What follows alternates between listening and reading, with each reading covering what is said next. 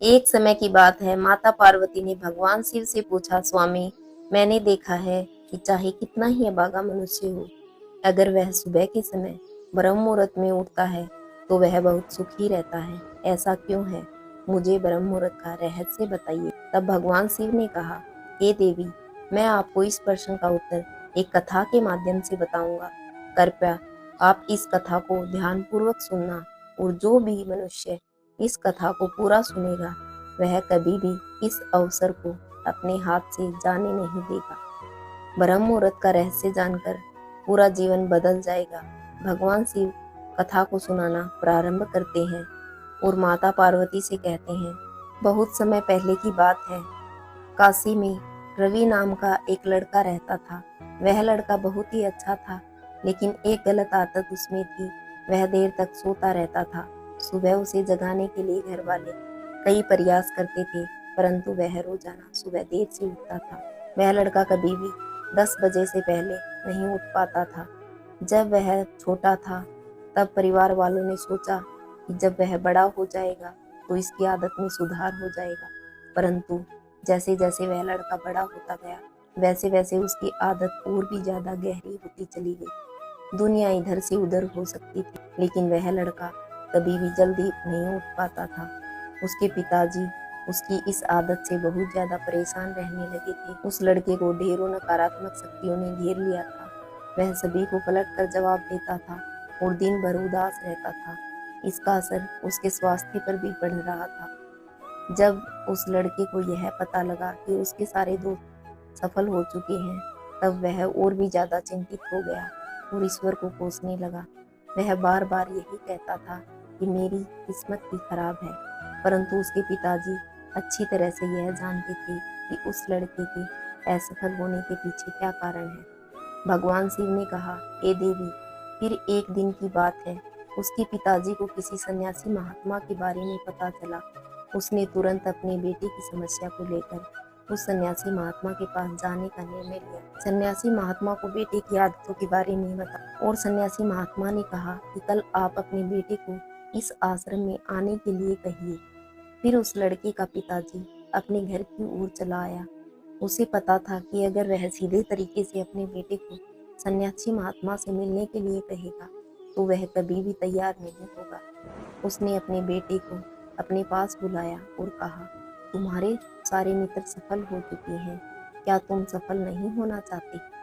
लड़के ने उत्तर दिया कि जरूर पिताजी, परंतु जब भी मैं अपने मित्रों से उनकी सफलता का रहस्य पूछता हूँ तो वह मुझे कुछ नहीं बताते। फिर उसके पिताजी ने कहा कि मुझे यह रहस्य पता चल गया है कि वह सभी क्यों सफल होते जा रहे हैं। तब उस लड़के ने बड़ी उत्सुकता से पूछा, क्या पता चल गया है पिताजी? कृपया करके आप मुझे बताइए। उसके पिता ने कहा कि कल सुबह तुम्हें एक सन्यासी महात्मा के आश्रम में जाकर उनसे मिलना है। यदि तुम वहां पर समय से पहुंच गए तो वह सन्यासी तुम्हें ऐसा मंत्र बताएंगे जिससे तुम सफल हो जाओगे, परंतु एक समस्या है, तुम जल्दी नहीं उठ सकते। लड़के ने कहा, पिताजी, मैं कल पूरी रात जागता रहूंगा और सुबह सन्यासी से मिलकर आऊंगा। उसके पिताजी ने कहा कि ठीक है, तुम वहां जाकर उस सन्यासी महात्मा की आज्ञा को मानना। पिता की बात सुनकर वह लड़का बहुत अधिक खुश हुआ। जीवन में पहली बार रात्रि में वह जागता रहा, परंतु थोड़े ही समय में उसे नींद आ गई और वह सो गया। फिर अगली सुबह वह जब उठा, उसे पता चला कि सन्यासी महात्मा से मिलने का समय समाप्त हो चुका है। उसके पिताजी ने उस लड़के की तरफ देखा और कहा कि तुम जीवन में कभी सफल नहीं हो पाओगे, जाओ और जाकर सो जाओ। पिताजी की यह बात सुनकर उस लड़के को बहुत दुख हुआ। उसने मन ही मन स्वयं को चुनौती दी कि कल सुबह वह सन्यासी महात्मा से मिलने अवश्य जाएगा। उसने अपने पैर में एक छोटा सा घाव बना लिया, जिससे दर्द के कारण उसे रात भर नींद नहीं आई। भगवान शिव ने कहा, हे देवी, यह ऐसा पहला अवसर था जब उसने अपने जीवन में पहली बार सूर्योदय देखा था। वह तुरंत ही तैयार होकर सन्यासी महात्मा से मिलने के लिए चला गया। आज उसका अनुभव कुछ अलग ही था। वह बेहद शांत महसूस कर रहा था। चलते चलते वह लड़का जैसे ही सन्यासी महात्मा के आश्रम में पहुंचा, तो वहां पर उसने देखा कि सन्यासी महात्मा और उसके सभी शिष्य ध्यान लगाकर बैठे हुए थे। भगवान शिव ने कहा, हे देवी। फिर जब ध्यान का समय समाप्त हुआ तब तब वह लड़का उन सन्यासी महात्मा के पास पहुंचा और उन्हें प्रणाम करते हुए बोला कि आपके पास कोई ऐसा मंत्र है जिससे मैं सफल हो सकता हूँ? कृपया करके मुझे वह मंत्र बताइए। मैं भी अपने मित्रों के समान सफल होना चाहता हूँ और अच्छा जीवन जीना चाहता हूँ। भगवान शिव ने कहा, हे देवी। फिर सन्यासी महात्मा मुस्कुराए और बोले, अच्छा, तो तुम वह बालक हो। तुम्हारे पिताजी मिलने आए थे और उन्होंने तुम्हारे विषय में मुझे सब कुछ बता दिया था। मैं तुम्हें वह मंत्र अवश्य बता देता, परंतु अब लड़के ने जैसे ही परंतु शब्द सुना तो लड़का घबरा गया। उसने पूछा, परंतु क्या गुरुदेव? तब सन्यासी बोला, मैं तुम्हें वह मंत्र बताऊंगा, परंतु अगले 21 दिनों तक तुम्हें मेरी आज्ञा माननी होगी। मैं तुम्हें वह मंत्र 21 दिनों के बाद ही बताऊंगा। तब तक मैं तुमसे जो भी कार्य कहूंगा तुम्हें वह करना होगा। यदि तुम असफल हुए या कार्य के बीच में तुम्हारा संकल्प टूट गया तो उस मंत्र का असर नहीं होगा। दृढ़ निश्चय के साथ उस लड़के ने कहा कि मुझे आपकी सारी आज्ञा स्वीकार है। मैं अगले 21 दिनों के लिए आपका दास हूँ। आप जो भी कहेंगे मैं वही करूँगा। मुझे केवल और केवल उस मंत्र के बारे में जानना है। भगवान शिव ने कहा, हे देवी।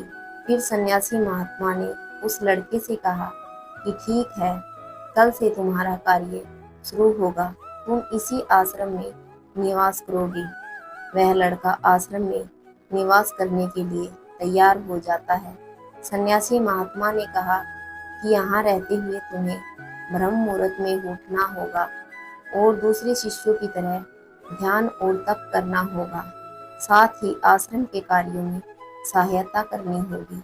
ध्यान रहे, यह संकल्प टूटना नहीं चाहिए। भगवान शिव ने कहा, हे देवी।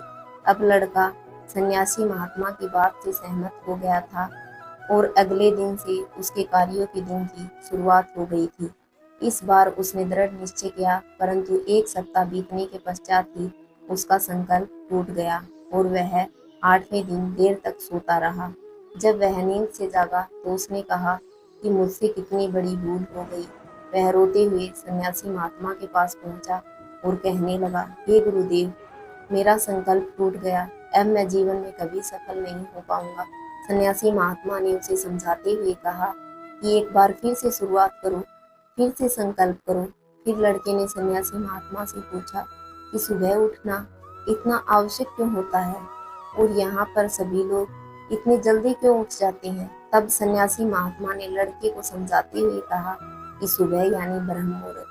ब्रह्म मुहूर्त में उठने के पीछे बहुत बड़ा विज्ञान छुपा हुआ है। लड़के ने कहा, कृपया करके मुझे वह विज्ञान बताने का कष्ट करें। सन्यासी महात्मा ने कहा कि रात्रि को 4 पहर में बांटा गया है। पहला पहर रुद्र काल है, जिसका समय शाम 6 बजे से लेकर 9 बजे तक का होता है। दूसरा राक्षस काल है, जिसका समय रात्रि 9 बजे से 12 बजे तक होता है। तीसरा समय गंधर्व काल है, जिसका समय रात्रि 12 बजे से 3 बजे तक का होता है। और सबसे अंत में जो पहर आता है उसे मनोहर काल कहते हैं। इस समय को ब्रह्म मुहूर्त या अमृत बेला के नाम से भी जाना जाता है। इसका समय सुबह 3 बजे से सुबह 6 बजे तक होता है। यह वह समय होता है जब पूरे संसार की नकारात्मक शक्तियाँ निष्क्रिय अवस्था में होती हैं और सकारात्मक शक्तियाँ सक्रिय होती हैं। ब्रह्म मुहूर्त अर्थात देव मुहूर्त। ब्रह्म मुहूर्त का अर्थ देवताओं का समय होता है। भगवान शिव ने कहा, हे देवी। वह सन्यासी महात्मा आगे कहते हैं, इस समय देवता धरती पर विचरण कर रहे होते हैं और जो मनुष्य जागते रहते हैं उन पर देवताओं का बड़ा ही सकारात्मक प्रभाव पड़ता है। ब्रह्म मुहूर्त ऐसा समय होता है जिसमें मनुष्य का मस्तिष्क बिल्कुल खाली होता है, जिसमें किसी प्रकार का कोई विचार नहीं होते। और जब इस समय व्यक्ति अपनी पुस्तक खोलकर पाठ का अध्ययन करते हैं तो उन्हें सब कुछ जल्दी जल्दी याद हो जाता है और यह लंबे समय तक याद रहता है। यह ऐसा समय है जिसमें हम ज्ञान को समझने का प्रयास करते हैं। इस कारण आश्रम के सभी शिष्य और संसार में बहुत से ज्ञानी लोग ब्रह्म मुहूर्त में ही उठ जाते हैं। प्राचीन काल में रोशनी का कोई स्रोत न होने के कारण लोग अपने दिन का समापन सूर्यास्त के साथ और आरंभ सूर्योदय के साथ करते थे। यह एक तरीका था जिससे मानव जीवन प्रकृति के साथ तालमेल बनाकर चलता था। भगवान शिव ने कहा, हे देवी। फिर उस लड़के ने कहा कि ठीक है, मैं कल अपना संकल्प फिर से शुरू करता हूँ, परंतु ब्रह्म मुहूर्त में उठकर मुझे क्या क्या करना चाहिए। तब सन्यासी महात्मा ने कहा, ठीक है, मैं तुम्हें बताता हूँ कि ब्रह्म मुहूर्त में क्या क्या करना चाहिए और कैसे करना चाहिए। सबसे पहले उठकर धरती माता पर पांव रखने से पहले धरती माता को प्रणाम करना चाहिए और अपने दोनों हाथों की हथेलियों को देखना चाहिए और ईश्वर को धन्यवाद देना चाहिए कि उन्होंने तुम्हें आज का सूर्योदय देखने का अवसर दिया। इसके बाद नित्य कर्म और स्नान करने से शरीर की ही नहीं बल्कि मन की शुद्धता भी बढ़ती है। स्नान करने के पश्चात ध्यान की प्रक्रिया होती है। ब्रह्म मुहूर्त में ध्यान की अवधि 21 दिन तक होती है। इस विधि का उपयोग तब किया जाता है जब आप अपनी कोई मनोकामना की पूर्ति चाहते हैं। यह ऐसा समय होता है जब व्यक्ति अपनी आज्ञा चक्र को सक्रिय करने पर काम करते हैं। भगवान शिव ने कहा, हे देवी। आज्ञा वह सन्यासी महात्मा कहते हैं। आज्ञा चक्र दोनों बाहों के बीच होता है। यह संकल्प का स्थान भी होता है। अगर यह संकल्प का स्थान भी कहा जाता है। अगर इस चक्र पर ध्यान केंद्रित किया जाए और अपनी मनोकामना को बार बार दोहराया जाए तो मात्र 21 दिनों के भीतर वह मनोकामना पूरी हो जाती है।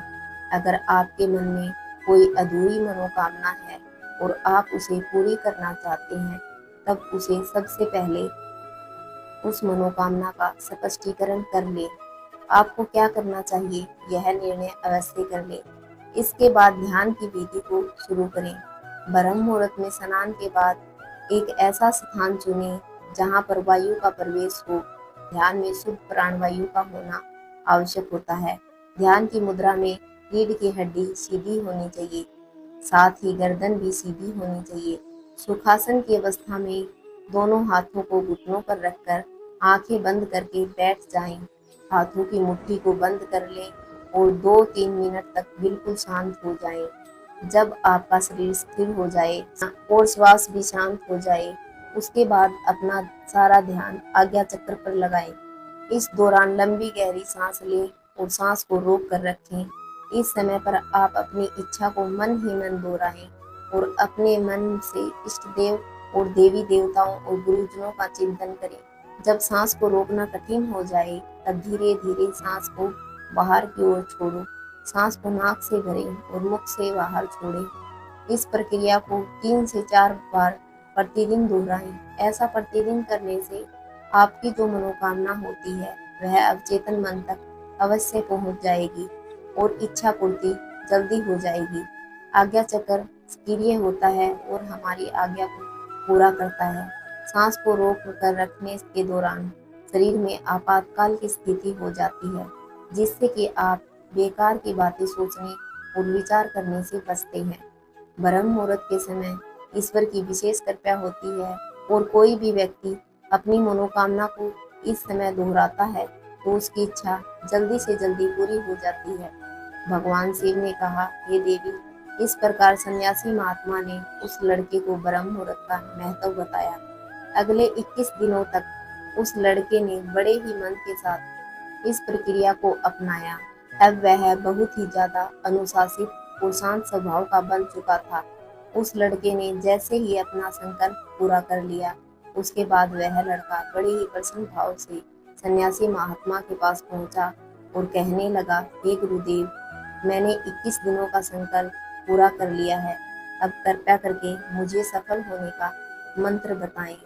तब वह सन्यासी महात्मा मुस्कुराते हुए बोले कि पिछले 21 दिनों से जो अभ्यास तुम करते हुए आ रहे हो वही तुम्हारी सफलता का मंत्र है। जो व्यक्ति ब्रह्म मुहूर्त में उठकर ध्यान प्रक्रिया को सही से करते हैं वह जीवन में कभी असफल नहीं हो सकते। तुम्हें ब्रह्म मुहूर्त का रहस्य पता चल चुका है, अब तुम इसे जीवन पर्यंत करो। तुम्हें जीवन के लक्ष्य और सफलता दोनों प्राप्त होंगी। उस लड़के ने सन्यासी महात्मा को धन्यवाद दिया और ब्रह्म मुहूर्त के नियमों का पालन जीवन पर्यंत तक करने का वादा भी किया। भगवान शिव ने कहा, हे देवी, अब तो आपको पता चल गया होगा कि ब्रह्म मुहूर्त क्या होता है। तब माता पार्वती ने कहा, हे स्वामी, अब मुझे ब्रह्म मुहूर्त का संपूर्ण ज्ञान हो गया है। इतना कहकर माता पार्वती ने भगवान शिव को प्रणाम किया। यह वीडियो आपको पसंद आए तो एक लाइक और चैनल को सब्सक्राइब जरूर करें। धन्यवाद।